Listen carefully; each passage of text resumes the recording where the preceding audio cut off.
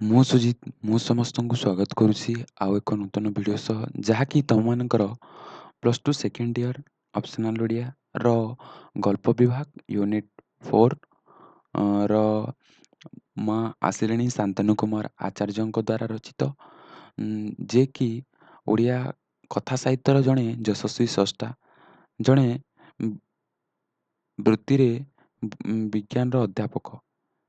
ମାତ୍ର ସେ ଓଡ଼ିଆ ସାହିତ୍ୟରେ ଅନେକ ଗୁଡ଼ିଏ ଗଳ୍ପ ରଚନା କରିଯାଇଛନ୍ତି ତଥା ଉପନ୍ୟାସ ମଧ୍ୟ ରଚନା କରିଛନ୍ତି। ସେଗୁଡ଼ିକ ନିମ୍ନରେ ଆଲୋଚନା କରାଯିବ। ସେଗୁଡ଼ିକ ତାଙ୍କର ରଚନା ଗୁଡ଼ିକ ମଧ୍ୟରେ ମନମର୍ମର ହେଲା, କି ତାଙ୍କର ପ୍ରଥମ ଗଳ୍ପ ଦୁର୍ବାର, ମନମର୍ମର ଦୁର୍ବାର, ଏଇ ଶେଷ ପଦଟି, ଅରଣ୍ୟ ଚୂଳ, ଅଦିନ ବଉଳ, ସର୍ପଯାନ, ଚଳନ୍ତି ଠାକୁର ଇତ୍ୟାଦି ପାଠକୀୟ ଆଦୃତି ଲାଭ କରିଛି। ମନୋବିଶ୍ଳେଷଣ, ଇଙ୍ଗିତ, ଧର୍ମିତା ତାଙ୍କ ଗଳ୍ପଗୁଡ଼ିକର ଲକ୍ଷଣୀୟ ବିଶେଷତ୍ୱ। ଏହାଛଡ଼ା ସେ ଅନେକ ଜନପ୍ରିୟ ଉପନ୍ୟାସର ସ୍ରଷ୍ଟା ଅଟନ୍ତି। ନରକିନ୍ନର ହେଲା, ଯାହା ପାଇଁ କେନ୍ଦ୍ର ସାହିତ୍ୟ ଏକାଡେମୀ ତଥା ଚଳନ୍ତି ଠାକୁର ଓଡ଼ିଶା ସାହିତ୍ୟ ଏକାଡେମୀ ପାଇଥିଲେ। ଶତାବ୍ଦୀର ନଚିକେତା ଓ ତିନୋଟି ରାତିର ସକାଳ ଶକୁନ୍ତଳା ମନ୍ତ୍ରୀର ସେ ଉଲ୍ଲେଖଯୋଗ୍ୟ। ତ ଏଥିର ସାର କଥାଟି କ'ଣ ଆମେ ଟିକେ ଦେଖିବା, କ'ଣ କ'ଣ ରହିଛି ଗଳ୍ପ ମଧ୍ୟରେ, ଯାହାକି ତୁମମାନଙ୍କୁ ଲଙ୍ଗ୍ କ୍ୱେଶ୍ଚିନ୍ ଲେଖିବାରେ ନିଶ୍ଚିତ ଭାବରେ ସାହାଯ୍ୟ କରିବ ଏବଂ ସର୍ଟ ଟାଇପ୍ ତୁମମାନଙ୍କର ବେଶୀ ନୁହେଁ, ତୁମମାନଙ୍କର କ୍ୱେଶ୍ଚିନ୍ ଆନ୍ସର୍ ହିଁ ଆସେ ହେଲା। ତ ଗାଳ୍ପିକ ଶାନ୍ତନୁ କୁମାର ଆଚାର୍ଯ୍ୟଙ୍କର ମା ଆସିଲେଣି ଏକ ଭିନ୍ନ ଧରଣର ଗଳ୍ପ ଭାବରେ ଜନପ୍ରିୟ ଲାଭ କରିଛି। ମାଙ୍କର ବିକଳ୍ପ ନାହିଁ କିମ୍ବା ମା ଡାକରେ ଯେଉଁ ମାଧୁର୍ଯ୍ୟ ଅଛି ତାହା କେଉଁଠାରେ ନାହିଁ, ଏହା ସତ୍ୟ, ଆମେ ସମସ୍ତେ ଜାଣୁ।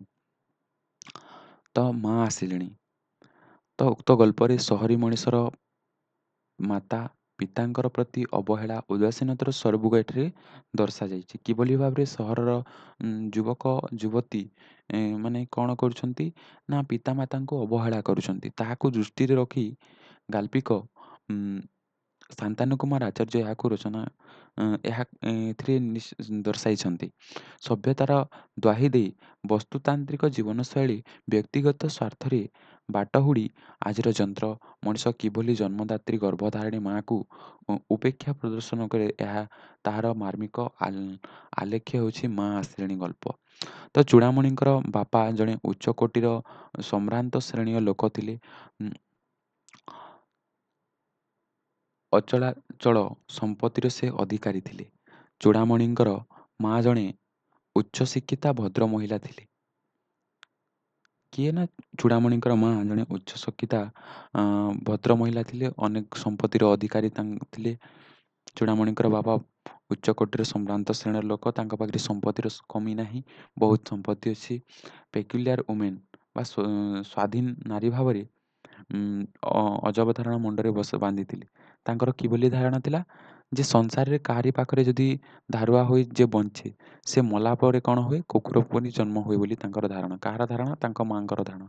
ଏହି ଅଦ୍ଭୁତ ଧାରଣାର ବଶବର୍ତ୍ତୀ ହୋଇ ମା ତାଙ୍କ ବାପାଙ୍କ ପାଖରେ ଧାରୁଆ ନ ରହିବା କାରଣରୁ ବର୍ଷ ପରେ ବର୍ଷ ଗର୍ଭଧାରଣ କରି 18ଟି ସନ୍ତାନର ସନ୍ତତିରେ ସ୍ୱାମୀ ଉପହାର ପ୍ରଦାନ କରିଥିଲେ।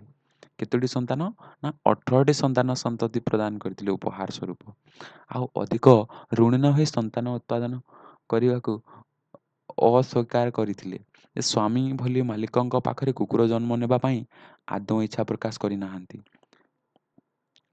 ତ ଜଣେ ସ୍ପର୍ଶକାତରା ସ୍ତ୍ରୀ ଲୋକ ଭାବରେ ସେ ବହୁତ ସଚେତନ ଥିଲେ। ଚୂଡ଼ାମଣିଙ୍କର ବାପା ପରିହାସ ଛଳରେ ତାଙ୍କ ଅନ୍ତେ ପୁତ୍ରମାନଙ୍କ ପାଖରେ ରହି ପରଜନ୍ମରେ କୁକୁର ହେବାରେ କିଛି ଆପତ୍ତି ନାହିଁ କଥାକୁ ମନେ ରଖି, ଯାହାଫଳରେ ସ୍ୱାମୀ ମୃତ୍ୟୁ ପରେ ପିଲାମାନଙ୍କ ପାଖରେ ନ ରହିବାକୁ ବହୁଦିନ ସଂକଳ୍ପବଦ୍ଧ ହୋଇ ସହର ଛାଡ଼ି ଗାଁରେ ଯାଇ ରହିଲେ। ତ ଏଥିରେ ରହିଛି ଯେ ତାଙ୍କର ପିତା ଜଣେ ସମ୍ଭ୍ରାନ୍ତ ଥିଲେ ଏବଂ ତାଙ୍କର ମା ଜଣେ ପେକ୍ୟୁଲାର ଓମେନ୍ ଥିଲେ। ସମ୍ପତ୍ତିର ଅଭାବ ନାହିଁ, ତ ତାଙ୍କର ଧାରଣା କ'ଣ ଥିଲା, ମାଙ୍କର ଯେ ଯାହା ପାଖରେ ଧାରୁଆ ହୋଇ ରହେ ସେ ପରବର୍ତ୍ତୀ ଜନ୍ମରେ କ'ଣ ହୁଏ ନା କୁକୁର ହୁଏ ବୋଲି କହୁଛନ୍ତି। ତ ଏହିଭଳି ଭାବରେ 18ଗୋଟି ସନ୍ତାନ ସନ୍ତତି ଉପହାର ଦେଇଛନ୍ତି ଏବଂ ଋଣୀ ନ ହୋଇ ବାବା ହିଁ ସ୍ୱୀକାର କରିଛନ୍ତି ତାଙ୍କର ମା। ତାପରେ ଯେତେବେଳେ ତାଙ୍କ ପିତାଙ୍କର ମୃତ୍ୟୁ ହୋଇଯାଇଛି, ଆମର ଚୂଡ଼ାମଣିଙ୍କ ବାପାଙ୍କର ମୃତ୍ୟୁ ହୋଇଯାଉଛି, ସେତେବେଳେ କ'ଣ ହେଇଛି ନା ସେ ଗାଁକୁ ଚାଲି ଯାଉଛନ୍ତି, ସଂକଳ୍ପବଦ୍ଧ କରିଛନ୍ତି। ତ ଅପ୍ରତ୍ୟାଶୀ ଭାବରେ ଗାଁରେ ହଇଜା ବସନ୍ତ ଆକ୍ରାନ୍ତ ହୋଇ ଚୂଡ଼ାମଣିଙ୍କର ମା ମୃତ୍ୟୁବରଣ କରିଛନ୍ତି। କେଉଁଥିରେ ନା ହଇଜା ବସନ୍ତ ରୋଗରେ ରୋଗ ମୁଁ କହିଦେଉଛି ଆକ୍ରାନ୍ତ ହେଇଛି। ଗୋଟେ ହଇଜା ବସନ୍ତ ଆକ୍ରାନ୍ତରେ କ'ଣ ହେଇଛି, ତାଙ୍କର ମୃତ୍ୟୁ ହେଇଯାଇଛି ଚୂଡ଼ାମଣିଙ୍କର ମାଆଙ୍କର।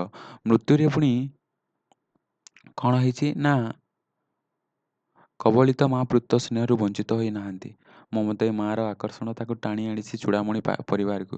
ତାଙ୍କର ମମତାମୟୀ ମାଆଙ୍କର ଆକର୍ଷଣ ପରିବାରରେ ଅଛନ୍ତି ଚାକର ଚନ୍ଦ୍ରମଣି, ମିସେସ୍ ଚୂଡ଼ାମଣି,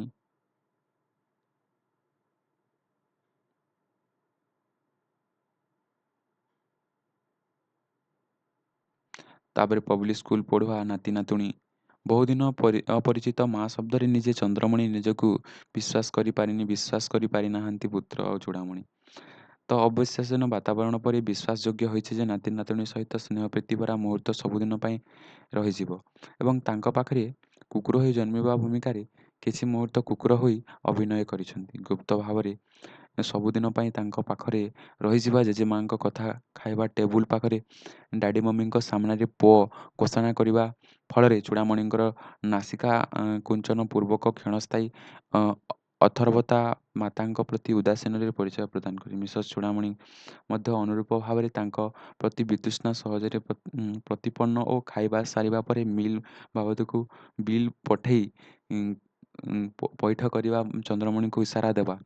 ତ ତା ସହ ସୁଟକେସ୍ ସହ ରିକ୍ସା ବସି ବାହାରି ଯିବା ପରେ ପବ୍ଲିକ୍ କଲ୍ ଆସିଛି ଯେ ହଇଜାରେ ପୂର୍ବ ଦିନ ତାଙ୍କର ମା ମରିଯିବାର କଲ୍ ଆସିଛି। ପୁତ୍ରର ଅବହେଳା କିନ୍ତୁ ମାଆର ବାତ୍ସଲ୍ୟ ସ୍ନେହରେ କୌଣସି ଭଟ୍ଟା ଆଣିଦେଇ ନାହିଁ। ମୃତ୍ୟୁ ପରେ ମଧ୍ୟ ମା କିପରି ଜନ୍ମିତ ସନ୍ତାନ ଓ ସନ୍ତତିଙ୍କର ଚିରମଙ୍ଗଳମୟୀ ତଥା ଆଶୀର୍ବାଦ ଦାୟିନୀ ହୋଇପାରିଛି, ତାହା ନିଖୁଣ ଭାବରେ ଚିତ୍ରିତ ହୋଇଛି। ବାସ୍ତବିକ ମୂର୍ତ୍ତିରେ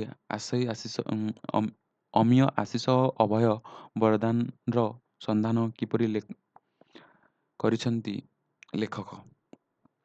ତ ମା ଆସିଛନ୍ତି, ସେ ତାଙ୍କର ନାତି ନାତୁଣୀଙ୍କ ସହ କଥାବାର୍ତ୍ତା କରିଛନ୍ତି। ସେ କହିଛନ୍ତି ଯେ ଏଠାରେ ମୁଁ ରହିବି ବୋଲି ଏବଂ ପରବର୍ତ୍ତୀ ସମୟରେ ମିଲ୍ ପରେ ମିଲ୍ ଖାଇଛନ୍ତି ଏବଂ ପୁଣି ଚା ପିଇ ଦେଇଛନ୍ତି।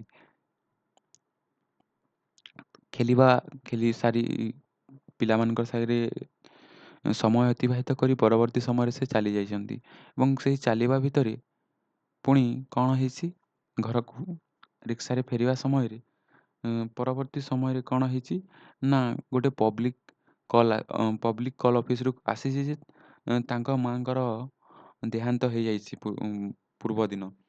ତ ଯାହାକି ବ୍ୟତିବ୍ୟସ୍ତ କରିଦେଇଛି। ତ ଏତିକି ଅଛି ଷ୍ଟୋରି। ତୁମେମାନେ ଷ୍ଟୋରିକୁ ଭଲ ଭାବରେ ପଢ଼ିବ ବୋଲି ମୁଁ ଆଶା କରୁଛି। ତ ତୁମେମାନେ ନିଜେ ପଢ଼ିଦିଅ, ଦିନେ ବି ଲାଗିବନି, ଅଧା ଘଣ୍ଟା ସମୟ ବି ଲାଗିବନି ଷ୍ଟୋରି ପଢ଼ିବା ପାଇଁ। ବହୁତ ଭଲ ଷ୍ଟୋରିକୁ ମନେ ରଖିଲେ ତୁମମାନଙ୍କର ହେଇଯିବ। ତୁମର କ୍ୟାରେକ୍ଟର ଗୁଡ଼ିକ ଦେଖ ଏବଂ କ୍ୱେଶ୍ଚିନ୍ ଆନ୍ସର୍କୁ ମଷ୍ଟ ଦେଖ ହେଲା। ଆର ପୂର୍ବ ପ୍ରଶ୍ନର ପ୍ରଶ୍ନ ଏହି 6-7 ବର୍ଷର ପ୍ରଶ୍ନ ଦେଖିଦେଲେ ତୁମମାନଙ୍କର ହେଇଯିବ। ଆଉ କ୍ୱେଶ୍ଚିନ୍ ଆନ୍ସର୍ ଦେଖିଦେଲେ ଗୋଟେ ଯୋଡ଼େ ଇଆଡ଼ୁ ସିଆଡ଼ୁ ଆସିଯାଇପାରେ, ହେଲେ ମୋଷ୍ଟ ଅଫ୍ ଦ କ୍ୱେଶ୍ଚିନ୍ କେଉଁଠାରୁ ଆସିବ ନା ତୁମମାନଙ୍କର କ୍ୱେଶ୍ଚିନ୍ ଆନ୍ସର୍ରୁ ଆସିବ। ମୁଁ ଖାଲି 2024ରେ ତୁମମାନଙ୍କର ଟିକେ ଚେଞ୍ଜ ହେଇଥିଲା, ଟିକେ ଇଆଡ଼ୁ ସିଆଡ଼ୁ ଆସିଥିଲା, ହେଲେ ତୁମେମାନେ ପଢ଼ିଥିଲେ ନିଶ୍ଚିତ ଭାବରେ କରିପାରିବ ସେଭଳି କ୍ୱେଶ୍ଚିନ୍ ଆସେ। ସମସ୍ତଙ୍କର ଲେବୁଲ୍କୁ ଦେଖି ହିଁ କ୍ୱେଶ୍ଚିନ୍ ବନାଯାଏ ହେଲା। ତ ମା ଆସିଲେଣି ଖବରଟି ପ୍ରଥମେ କିଏ ଘୋଷଣା କରିଛନ୍ତି ନା ମା ଆସିଲେଣି ଖବରଟି ପ୍ରଥମେ ଘୋଷଣା କରିଛନ୍ତି ଚାକର, ଘରର ପୂଜାରୀ।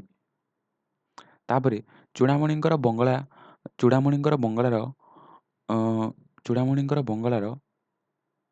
କବାଟ କେତେ ପର୍ଯ୍ୟନ୍ତ ଖୋଲି ନଥାଏ ନା ସକାଳ 8ଟା ପର୍ଯ୍ୟନ୍ତ ଖୋଲି ନଥାଏ।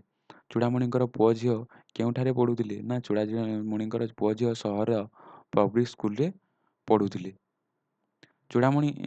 ପିଲାଦିନେ ଚୂଡ଼ାମଣିଙ୍କୁ କ'ଣ ସମ୍ବୋଧନ କରୁଥିଲେ ନା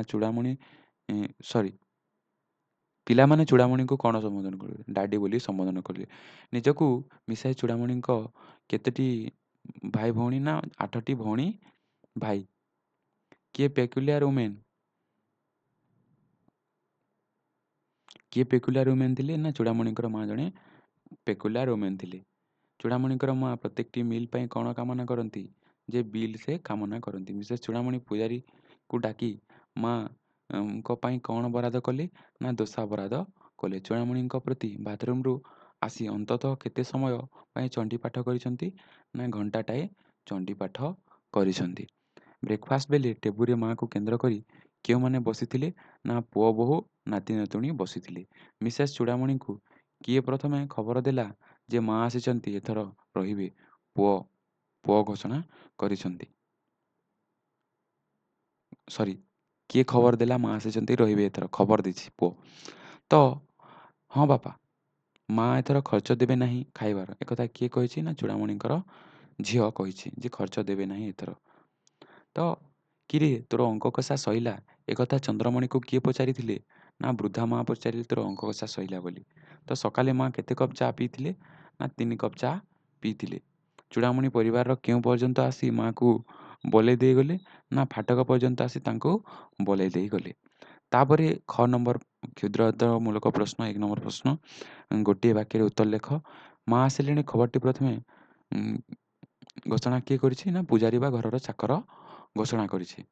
ତାପରେ କିଏ ଜଣେ ବିଲାତ ଫେରନ୍ତା ଅଫିସର? ନା ଚୂଡ଼ାମଣି ହେଉଛନ୍ତି, ଚୂଡ଼ାମଣି ସାହେବ ହେଉଛନ୍ତି ଜଣେ ବିଲାତ ଫେରନ୍ତା ଅଫିସର। ୱେଷ୍ଟରେ ବୁଢ଼ାବୁଢ଼ୀମାନେ କେଉଁଠାରେ ରହନ୍ତି? ୱେଷ୍ଟରେ ବୁଢ଼ାବୁଢ଼ୀମାନେ ହୋମ୍‌ରେ ରହନ୍ତି।